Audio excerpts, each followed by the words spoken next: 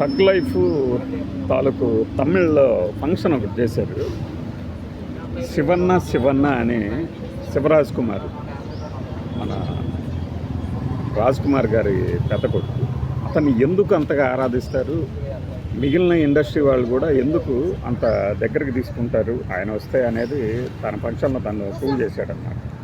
మామూలుగా ఒక వ్యక్తి గురించి సభా మర్యాద పేరుతో ముఖస్థుతి చేయటం మామూలే, కానీ కమల్ హాసన్కి తాను ఫ్యాన్ అని చెప్తూ ఒక పాట పాడాడు. అసలు మామూలుగా లేదన్నమాట. మనకేం తమిళ్ పెద్దగా ఏంటి అసలు రాదు, అయినా కూడా ఆయన చెప్పాలనుకున్నది చెప్పాడు. అలానే ఒక్కొక్కళ్ళ గురించి ఇప్పుడు సింబు నాకు తెలిసి శివరాజ్ కుమార్ కన్నా తక్కువే వయసు, అయినా కూడా సార్ సార్ అంటూ గౌరవించే విధానం.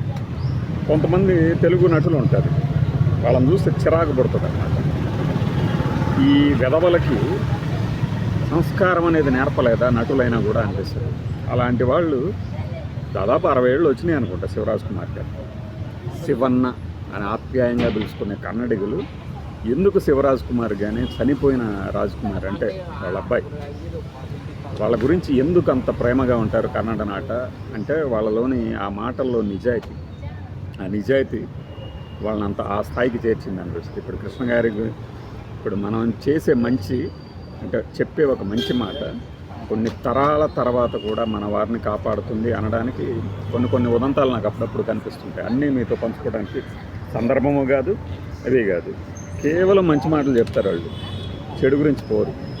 వాళ్ళ పిల్లలకి అది శ్రీరామ లక్షలాగా మారింది. ఈ కృష్ణ గారి గురించి అలాగనే మహేష్ బాబుకి కృష్ణ గారి దండ ఉన్నా లేకపోయినా కూడా అతని బిహేవియర్ అనేది ఎంత గొప్పగా ఉంటుందనేది చాలాసార్లు చూశాను. అలాంటిది ఒకసారి గుర్తు చేశారన్నమాట శివరాజ్ కుమార్ గారు. ఒక వ్యక్తి గురించి అభిమానిస్తే దాన్ని ఎలా బయట పెట్టవచ్చు అని. సింగర్లు పైగా వాళ్ళ నాన్నగారు కూడా సింగరే. సో ఆ సంస్కారం కానీ ఒక టాప్ స్టార్ కొడుకు అనుకుంటే వాళ్ళు రాజ్ కుమార్ గారు కర్ణాటకకి సీఎం కూడా అయ్యేవాడు, కానీ రాజకీయాలకు దూరంగా ఉన్నారు ఆయన. వాళ్ళ కొడుకులను పెంచిన విధానం, ఆ కొడుకులను వీళ్ళందరూ ప్రేమించే విధానం కన్నడ నాట ఒకసారి ఎందుకు అని ఆలోచించినప్పుడు అతిశయోక్తి అనుకునేవాడిని నేను నిన్నటి దాకా. కానీ ఆ థగ్ లైఫ్ తాలూకు ఫంక్షను తమిళ్లో జరిగింది నిన్న. చూసిన తర్వాత నిజంగా హ్యాట్స్ ఆఫ్ అనిపించింది. చూడండి మీరు కూడా, అది బై.